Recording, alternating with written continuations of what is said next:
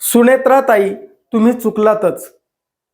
तुम्हाला हे देवेंद्रचं मायाजाळ कळालंच नाही. भाजपचा डाव तुम्हाला थोडा सुद्धा लक्षात आला नाही.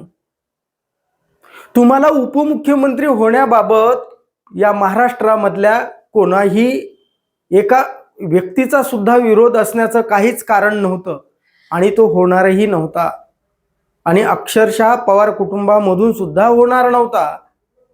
कारण पवार कुटुंबाला जे दुःख झालं होतं अजितदादा जाण्याचं, जे महाराष्ट्राला झालं होतं त्यापेक्षा पवार कुटुंबाला जास्त झालं होतं आणि त्यापेक्षा तुम्हाला सुद्धा काकणभर जास्तच झालं असेल.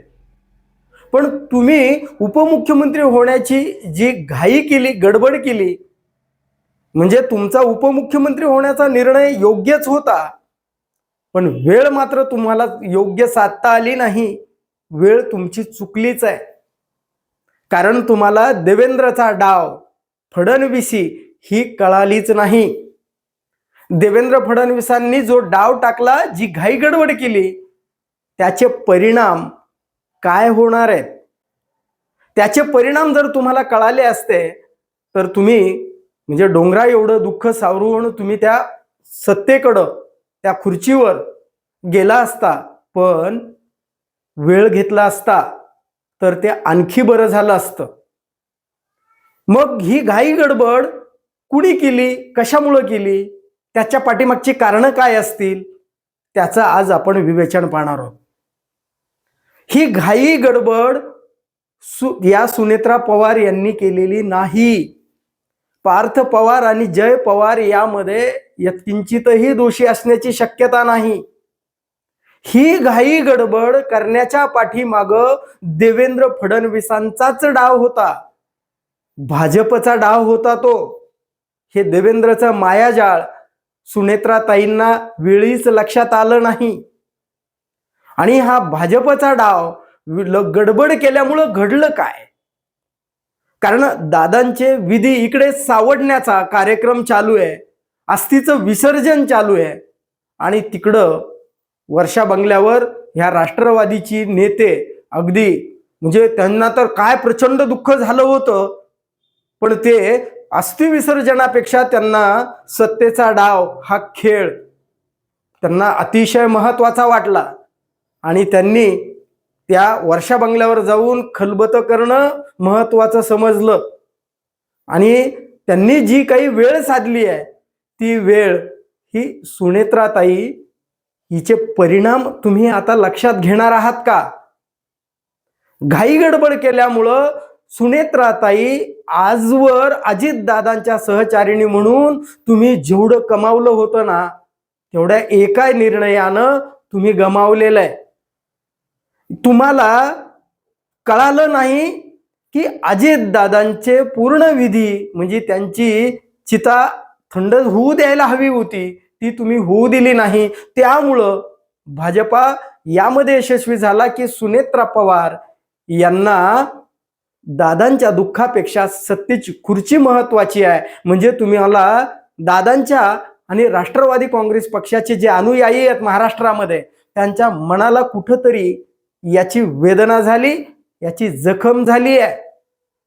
कारण तुम्ही जो घाई गडबड करून दादांच्या साठी म्हणून जो निर्णय घेतला, तुम्ही तो निर्णय स्वतः घेतला असतात तर एक वेळ राष्ट्रवादी काँग्रेस पक्ष आणि दादांवर प्रेम करणाऱ्या अनुयायांना पचला असला आणि तो पचनी पडला असता.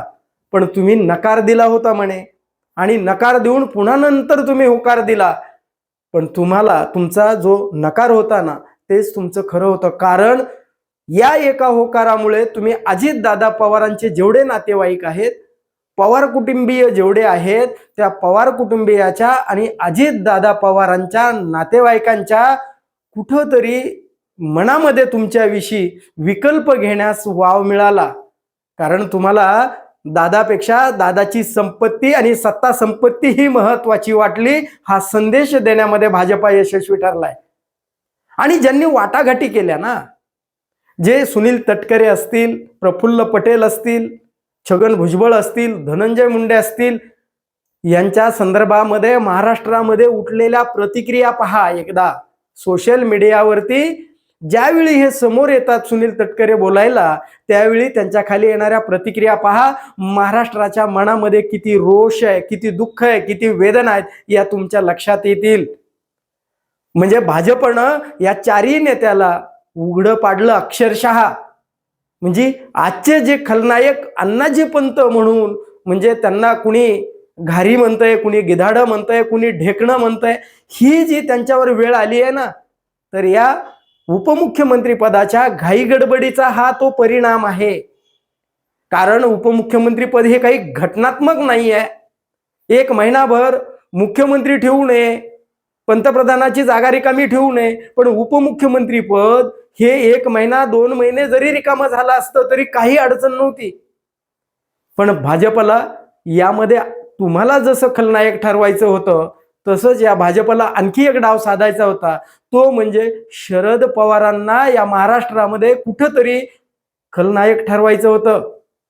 शरद पवारांच्या ताटातली, म्हणजे सुनेत्रा पवारांच्या ताटातली, पार्थ पवारांच्या ताटातली सत्ता शरद पवार कुठंतरी हिरावून घेतील की काय, हे भय तुमच्या मनामध्ये निर्माण केलं गेलं. हा पक्ष आपल्या हातून सुटतोय की काय, म्हणून यासाठी ही घाई गडबड करायला लावली. पण जे शरद पवार आणि जे अजितदादा या दोघांचा स्नेहबंध, तुमचा बाप मोठा असेल पण माझा काका किती मोठा आहे हे मला माहिती आहे. आणि आम्ही एक आलो तर तुमच्या पोटात का दुखतं असं म्हणणारे दादा, निक्षून प्रश्न विचारणारे दादा आहेत. म्हणजे दादांना, म्हणजे दोन्ही राष्ट्रवादी काँग्रेस पक्ष एकत्र आणायचे नव्हते, आज देवेंद्र फडणवीसांना पुढे येऊन सांगावं लागतंय. मग यामध्ये देवेंद्र फडणवीसांचा डाव काय होता हे लक्षात येत आहे. म्हणजे जे सुनील तटकरे म्हणतायत, जे प्रफुल्ल पटेल बोलतायत, जे हे छगन भुजबळ म्हणतायत की दोन्ही राष्ट्रवादी काँग्रेस पक्ष एकत्रित येण्याचा आणखी म्हणजे त्या चर्चा नव्हत्या. जी काही सुनील तटकरे म्हणाले की जी बैठक दाखवली जाते ती जिल्हा परिषदेच्या निवडणुका घड्याळावर लढण्याची दाखवली जाते आहे. पण एक लक्षात ठेवा, या देवेंद्र फडणवीसांनी या सुनील तटकरे, प्रफुल्ल पटेल आणि छगन भुजबळ आणि या धनंजय मुंडेंना घरकाना घाटका ठेवलंय. धड ते राष्ट्रवादी काँग्रेस पक्षाशी एकनिष्ठ आहेत असं कुणी आज म्हणायला तयार नाही. आणि ते भाजपचे आहेत का ते सुद्धा म्हणायला तयार नाही आहेत. पण मग यांना खलनायक ठरवण्याच्या नादामध्ये शरद पवारांनी मात्र अगदी शांतपणे, म्हणजे सुनेत्रा पवार यांनी उपमुख्यमंत्री पद घेणं हे कुटुंबाला चर्चा न करता त्यांनी घेतलेला हा निर्णय आहे. आणि हा प्रफुल्ल पटेल आणि सुनील तटकरे यांनी त्यांच्या अधिकारात घेतला असेल असं त्यांनी बोलून दाखवलं. तात्काळ पार्थ पवार गेले, गोविंद बागेमध्ये चर्चा केली, पण त्याचा परिणाम काय झालाय? आज अशी गोष्ट घडते आहे की शरद पवारांना जर खरोखर खलनायक ठरवायचं होतं, ते खरोखर म्हणजे त्या तुमच्या ताटातली सत्ता किंवा एनडीए मध्ये त्यांना जायचं होतं, ती सत्ता तुमची हिसकावून घ्यायची होती, तर ते फार पूर्वी करू शकले असते हो. कारण या देशाचा पंतप्रधान सुद्धा म्हणतो की तो अडचणीत असला ना, अमित शहा असेल, मोदी असतील, हे त्या शरद पवारांच्या दरबारामध्ये हजेरी लावतात आणि त्यांचा सल्ला घेतात बिकट प्रसंगी. आणि जर शरद पवार म्हणत असतील की माझा सल्ला घेतला नाही, याचा अर्थ राष्ट्रवादी काँग्रेस पक्षाचे 2 गट एकत्रित आले तर आपल्याला 2029 पर्यंत राष्ट्रवादी पूर्णपणे गिळंकृत करता येणार नाही आणि आपण स्वबळावर सत्ता या महाराष्ट्रामध्ये आणू शकत नाही, याची या भाजपला शंका होती. आणि तोच डाव कुठेतरी हे देवेंद्रने साधलाय आणि ते हे मायाजाल होतं. पण देवेंद्र यामध्ये ही भाजपा अजिबात यशस्वी ठरली नाही. आज देवेंद्र फडणवीसांना पुढे येऊन सांगावं लागतंय की जर अजित दादा आणि शरद पवार एकत्र येणार होते तर त्यांनी माझ्याशी चर्चा केली असती, आमच्याशी चर्चा केली असती. म्हणजे शरद पवार, जयंत पाटील, शशिकांत शिंदे, ते राजेश टोपे, ही जी मंडळी बोलतायत त्याला कुठंतरी याला काउंटर करण्यासाठी, म्हणजे राष्ट्रवादी काँग्रेस पक्ष या सुनील तटकरेवरती आणि त्या प्रफुल्ल पटेलावरती विश्वास ठेवत नाहीये कुणी महाराष्ट्रामध्ये, म्हणून या देवेंद्र फडणवीसांना पुढे यावं लागलं. आणि ते जे म्हणाले ना की हे दोन्ही पक्ष एकत्रित येणार होते, हा जो शरद पवारांचा दावा आहे तो त्यांनी खोडून काढलाय. हा दावा खोडण्यामागे म्हणजे राष्ट्रवादी काँग्रेस पक्षामध्ये जी आज दुफळी आहे, प्रफुल्ल पटेल यांना राष्ट्रीय अध्यक्ष केलं जातंय का? या सुनेत्रा पवारांना राष्ट्रीय अध्यक्षपद दिलं जाणार नाही का? आमदारांनी केलेल्या सह्या असतील, म्हणजे प्रफुल्ल पटेलांच्या विरोधामध्ये त्या राष्ट्रवादी काँग्रेस पक्षातले आमदारच जर सह्यांची मोहीम राबवत असतील तर आता राष्ट्रवादी काँग्रेस पक्षामध्ये सुद्धा अलबेल नाहीये. म्हणजे एकंदरीतरित्या ज्या शरद पवारांनी करंगळीला धरून अजित पवार नावाचा एक म्हणजे राजकीय म्हणजे पठ्ठ्या घडवला, ते शरद पवारांबद्दल इतका आकस सुनेत्राताई तुम्हाला नसायला हवा होता.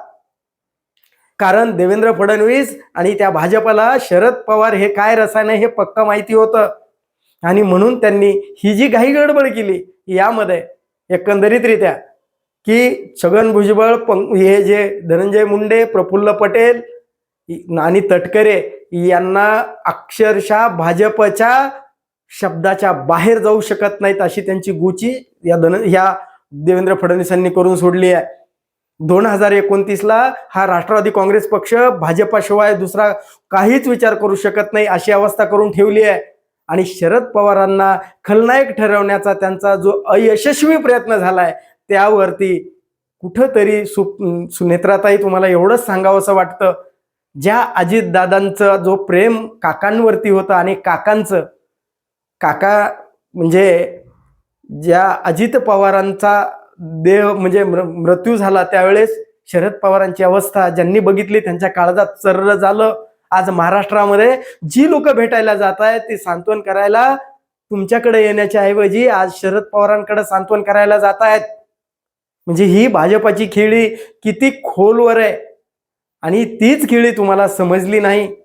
आणि शेवटी तुमच्या कामाला शेवटी हा भाजपा तुमचा वापर झाला ना. ही जी काही कुणी त्यांना काही उपमा देत असली, गिधाडांच्या वृत्ती म्हटलं असतं म्हणतायत लोक सोशल मीडियावरती, ते लोक कधीचेही एका क्षणामध्ये भाजपामध्ये जाऊन मोकळे होतील हो. पण तुम्हाला एकमेव तारू शकतं ते फक्त पवार कुटुंब. आणि त्यामध्ये तुमचं जे अनेक पिढ्यांचे पवारांचा जो स्नेह, जे कौटुंबिक संबंध राजकारणामध्ये सुद्धा तुटत नाहीत हे तुम्ही उभ्या जगाला दाखवलं होतं ना. ती कुठंतरी तुम्ही ती दरी रुंदावण्याचा प्रयत्न केला, कारण तुम्हाला हे देवेंद्रचं मायाजाळ कळालंच नाही. पण यापुढे तरी तुम्हाला एवढं लक्षात ठेवा ताई, तुम्हाला फक्त सुप्रियाताई, शरद पवार, रोहित पवार, युगेंद्र पवार ही मंडळीच तुमच्या कामाला येणार आहेत. हा देवेंद्र कोणत्याही क्षणी स्वतःचा कावा साध्य करून या राष्ट्रवादीला गिळंकृत केल्याशिवाय राहणार नाही. म्हणून तुम्ही पहिल्यांदा या देवेंद्रचं मायाजाळ ओळखायला हवं होतं. तुम्ही उपमुख्यमंत्री झालात, कुणालाही दुःख नाही, पण वेळ मात्र तुम्ही चुकीची निवडलीत ताई.